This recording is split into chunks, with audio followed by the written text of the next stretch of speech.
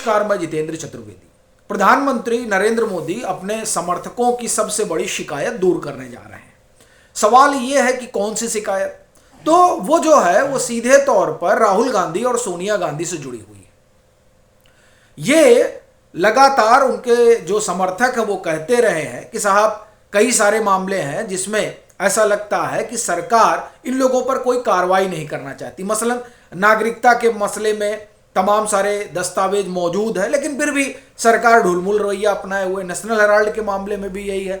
George source के साथ जो कनेक्शन वाला मसला है उसमें भी यही है। यानी इस तरह के कई मुद्दे और मसले हैं जिन पर कागज है एजेंसियों के पास, सरकार के पास उसकी सूचना है। जैसे राहुल गांधी विदेश में जा रहे हैं तो क्या कर रहे हैं, किससे मिल रहे हैं, ये पूरी जानकारी जो है वो रॉ के पास है, इंटेलिजेंस जो लोग जुड़े हुए हैं उनके पास है। लेकिन फिर भी सरकार उस पर हीला हवाली कर रही है। क्यों कर रही है?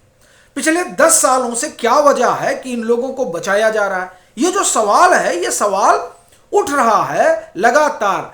अब ऐसा लग रहा है कि पीएम एक्शन मोड में है और वो भी अब समर्थकों का जो एक तरह से कहें कि जो मांग है उस मांग पर आगे बढ़ते हुए और ये जो कार्रवाई होनी है उसके लिए हरी झंडी उन्होंने दे दी। ये मैं इसलिए कह रहा हूं क्योंकि केंद्रीय गृह मंत्री अमित शाह फ्रंट फुट पर खेल रहे हैं। ये मामूली बात नहीं है। वो जो कह रहे हैं और जिस तरह से तमाम एक्शन शुरू हुआ है वो राहुल गांधी और कांग्रेस के लिए चिंता का सबब है। अब बड़ा प्रश्न उठता है कि आखिर में केंद्रीय गृह मंत्री ने ऐसा कर क्या दिया? देखिए, 2 घटनाएं हुई हैं। एक सदन के पटल पर हुई है और दूसरा गुजरात की सभा में हुई है। अब सदन के पटल पर क्या हुआ? सदन के पटल पर चर्चा किसकी थी? चुनाव सुधार की, जिसमें मुख्य मुद्दा राहुल गांधी का था एसआईआर। और पिछले अगर आप देखें तो 6-7 महीने से राहुल गांधी एक मसले को लेकर आगे बढ़ रहे हैं, वो है चुनाव आयोग और एसआईआर। और इसके बहाने वो नरेंद्र मोदी की सरकार को कटघरे में खड़ा कर रहे हैं और कह रहे हैं कि साहब चुनाव हम कहां हार रहे हैं, चुनाव तो हम हार ही नहीं रहे, हमको तो चुनाव हरवाया जा रहा है। यानी वो जो अपनी हार है उस हार को बता रहे हैं कि साहब ये जो भाजपा और चुनाव आयोग ने गठबंधन कर लिया है हम तो उसकी वजह से हार रहे हैं। ये उनका सीधा आरोप है। बड़ी बात यह है कि जैसे ईवीएम पर आरोप लगता रहा, कभी भी ना सरकार इस तरह से आई, अगर आती भी थी तो प्रवक्ता जवाब देते थे, लेकिन इस बार सीधे सीधे केंद्रीय गृह मंत्री जवाब दे रहे हैं।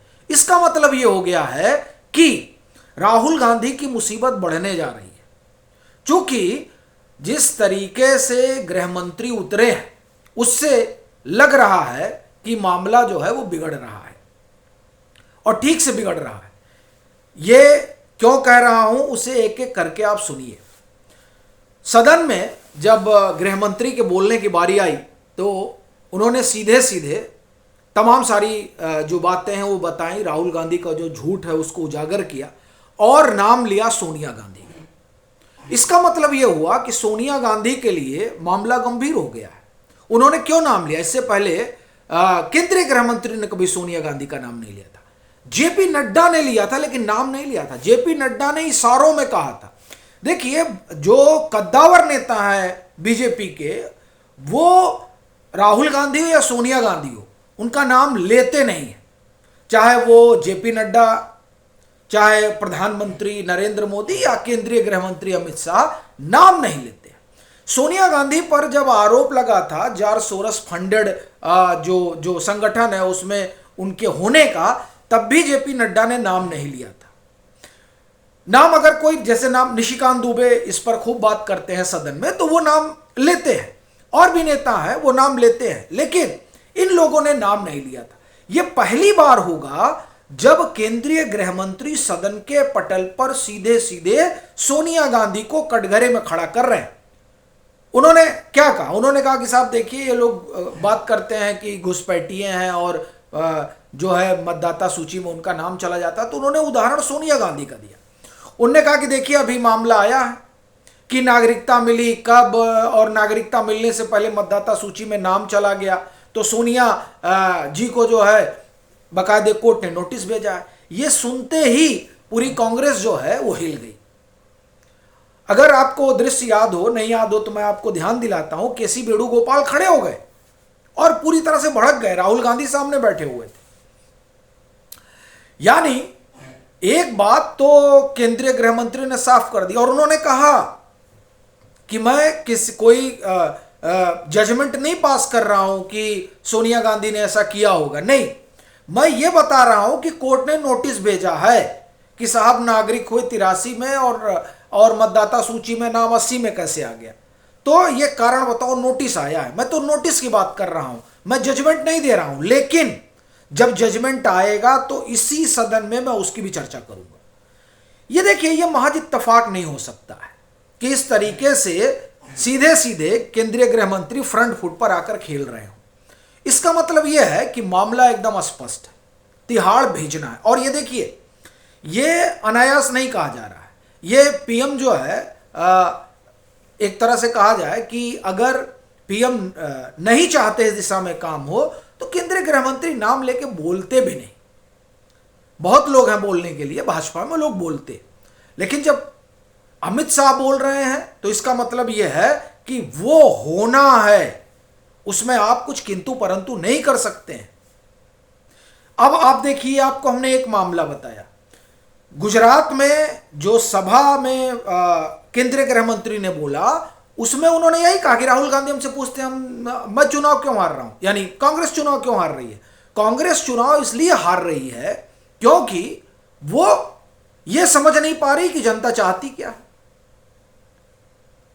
यानी वहां से गृह मंत्री ने जो नैरेटिव राहुल गांधी और उनका इकोसिस्टम खड़ा कर रहा है, उस नैरेटिव को वो काउंटर कर रहे हैं। ऐसा कभी होता नहीं था कि गृह मंत्री राहुल गांधी के किसी नैरेटिव को काउंटर करें, नहीं।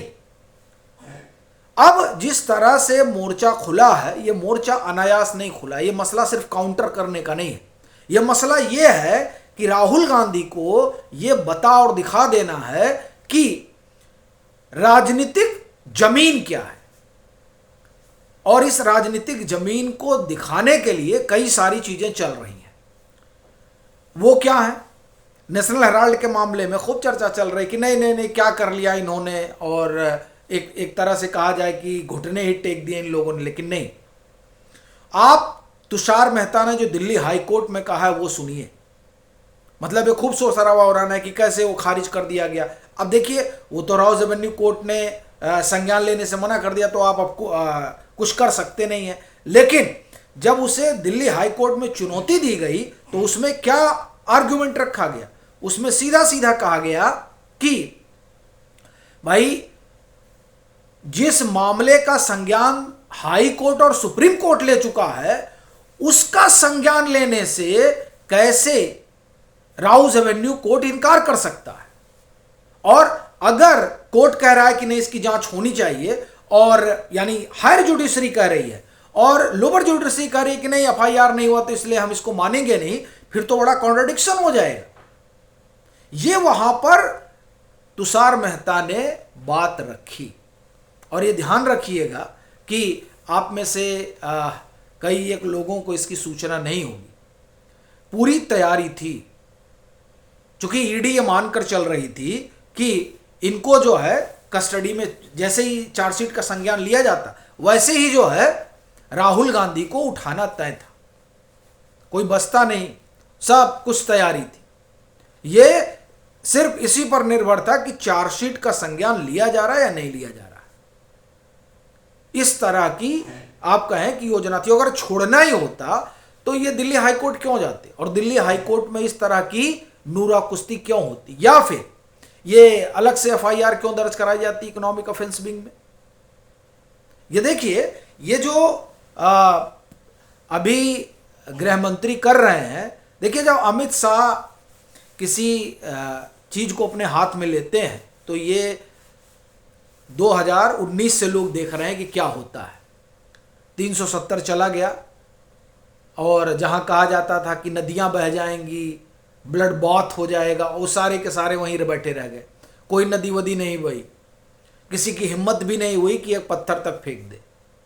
तो इसी तरह से नेशनल हेराल्ड के मामले में अब जिस तरह से एंट्री हुई है वो एकदम स्पष्ट बता रही है कि पीएम अब अपने समर्थकों की नाराजगी ज्यादा नहीं झेलना चाहते। उनको लगता है कि नहीं, अब इस मामले में कार्रवाई जो है, जो कुछ गड़बड़ी हुई उस गड़बड़ी को दूर किया जाना चाहिए। देखिए एक बात समझिए, राहुल गांधी और सोनिया गांधी एक तरह से कहा जाए तो अब आप इसे इत्तेफाक रखें या ना रखें, लेकिन जब अरविंद केजरीवाल को गिरफ्तार करने के लिए सरकार को 1.5 साल लग गए, 2 साल लग गए दिल्ली शराब घोटाले में गिरफ्तार करने के लिए, साहब ईडी की कस्टडी के लिए, तो और आप ये समझिए कि ये राहुल गांधी और सोनिया गांधी है, इन्होंने 50 साल जो है इनका शासन रहा है, इनकी सरकार रही है। तो कहा जाता है ना कि वो कितना भी आपको बताइए कि सरकार तुम्हारी है और सरकार हमारी और सिस्टम भी हमारा है, ना साहब, अगर सरकार और सिस्टम इतना आराम से हमारा हो जाता तो सोशल मीडिया पर जिस तरीके से जेफरी एपस्टीन की फाइल को लेकर नरेंद्र मोदी के खिलाफ अभियान चला वो नहीं चल पाता। बड़ा मजबूत अभियान चला, उसके बरक्स जो राइट विंग उसे काउंटर नहीं कर पाया, खामोश था। राइट विंग की किसी की हिम्मत नहीं थी कि वो बोले इस बात को लेके। हम लोगों ने तो चर्चा की जेफरी एपस्टीन की फाइल पे, लेकिन बाकी कौन, बाकी तो 19 दिसंबर का इंतजार कर रहे थे, क्योंकि सबको डर लगा हुआ था कि कहीं सही में कुछ हो गया क्या। तो इतना बड़ा वो एक तरह से कहा जाए कि विमर्श खड़ा हो जाता है, और फिर फंड वगैरह तो उधर खूब ही है, तमाम जगह का फंड आता है। अभी देखिए किस तरह का आरोप लगा था पवन खेड़ा के ऊपर, ठीक। और अभी इधर के ही टोली के लोग सब गए थे अमेरिका टहल के आए, वहां पता चला ट्रेनिंग लेके आए। तो कहना अपना यह है कि यहां दबाव बहुत काम करते हैं, इसलिए तैयारी बड़ी मुकम्मल होनी चाहिए। ये जो नेशनल हेराल्ड के मामले में ईडी की तैयारी बहुत मुकम्मल थी, और ईडी के कागज बड़े जेन्युइन हैं, बड़ी चीज ये है। और उनके पास जो उन्होंने छानबीन से दस्तावेज जुटाए हैं, उस दस्तावेज में ये लोग फंसते नजर आ रहे हैं, लेकिन अब संज्ञान ही नहीं लीजिएगा तो काम गड़बड़ हो जाएगा। उसी तरीके से देखिए नागरिकता वाले मसले में भी ये जो ढुलमुल रवैया रहा, ये लोगों को परेशान कर रहा था कि साहब ये होम मिनिस्ट्री कर क्या रही है। लेकिन आप देखिए कि किस तरीके से सारे कागज जुटाए गए, और ये जो विघ्नेश शिशिर है, ये अभी नए कागजों के साथ इन्होंने रायबरेली कोर्ट में मामला रखा था ना, उसके बाद में फिर वो ट्रांसफर होकर लखनऊ आ गया। और जो वो नए कागज उन्होंने रखे हैं रायबरेली के एमपी एमएलए कोर्ट में, जब उन्होंने जो शिकायत वगैरह डाली थी, उसमें आप देखिए उसमें वो कह रहे हैं कि इनकी बेनामी कंपनी है। फिर वो ये भी बता रहे हैं कि हमारे पास गृह मंत्रालय से कई सारे दस्तावेज हैं जो उन्होंने अभी ब्रिटेन सरकार से बातचीत करके मंगाए हैं। आपको ध्यान होगा कि इलाहाबाद में जब ये मामला चल रहा था इलाहाबाद हाई कोर्ट में, तो कोर्ट ने होम मिनिस्ट्री से कहा था, तो होम मिनिस्ट्री ने ये जवाब दिया था कि हम ब्रिटेन की सरकार से संपर्क में हैं और बहुत सारी चीजें मंगा रहे हैं, तो आई होंगी। अब आप देखिए वो चीजें, स्वाभाविक सी बात है कि कोर्ट से कहा भी गया था कि विघ्नेश शिशिर का आप सहयोग करिए, इनको सारी जानकारी मुहैया करवाइए। तो सारी जानकारी विघ्नेश शिशिर के पास आ चुकी है, ऐसा लगता है, क्योंकि जो उन्होंने रायबरेली के एमपी एमएलए कोर्ट में केस डाला था उसमें उन्होंने डिटेल में बताया था कि हमारे पास क्या क्या है। तो ये देखिए ये अनायास ही चीजें नहीं चल रही हैं, ये यूं ही केंद्रीय गृह मंत्री ने मोर्चा नहीं संभाल लिया है। मामला जो है वो अब ठीक से इन लोगों के खिलाफ होने जा रहा है, और ये तय मानिए कि इनके जेल जाने का जो मसला है वो अब सीधे तौर पर खड़ा हुआ है। इसीलिए हिंदुस्तान में एक आंदोलन की तैयारी ये लोग कर रहे हैं। ये जो 27 दिसंबर को लोग बैठे, उस बैठकी का कारण एक ही था कि आंदोलन खड़ा किया जाए। अब आंदोलन क्यों खड़ा करेंगे? आंदोलन खड़ा करने का सीधा सा मतलब है कि दिल्ली पुलिस ने कमर कस रखी है, और उधर सिटीजनशिप वाले मामले में समस्या इनके लिए विकट हो सकती है। तो इन दोनों चीजों को देखते हुए आंदोलन की तैयारी चल रही है। तो कुल मिलाकर जिस तरीके से केंद्रीय गृह मंत्री ने मोर्चा संभाला है, उसके बाद से राहुल गांधी हो, सोनिया गांधी हो या कांग्रेस, इन लोगों के होश पाख्ता हो रखा।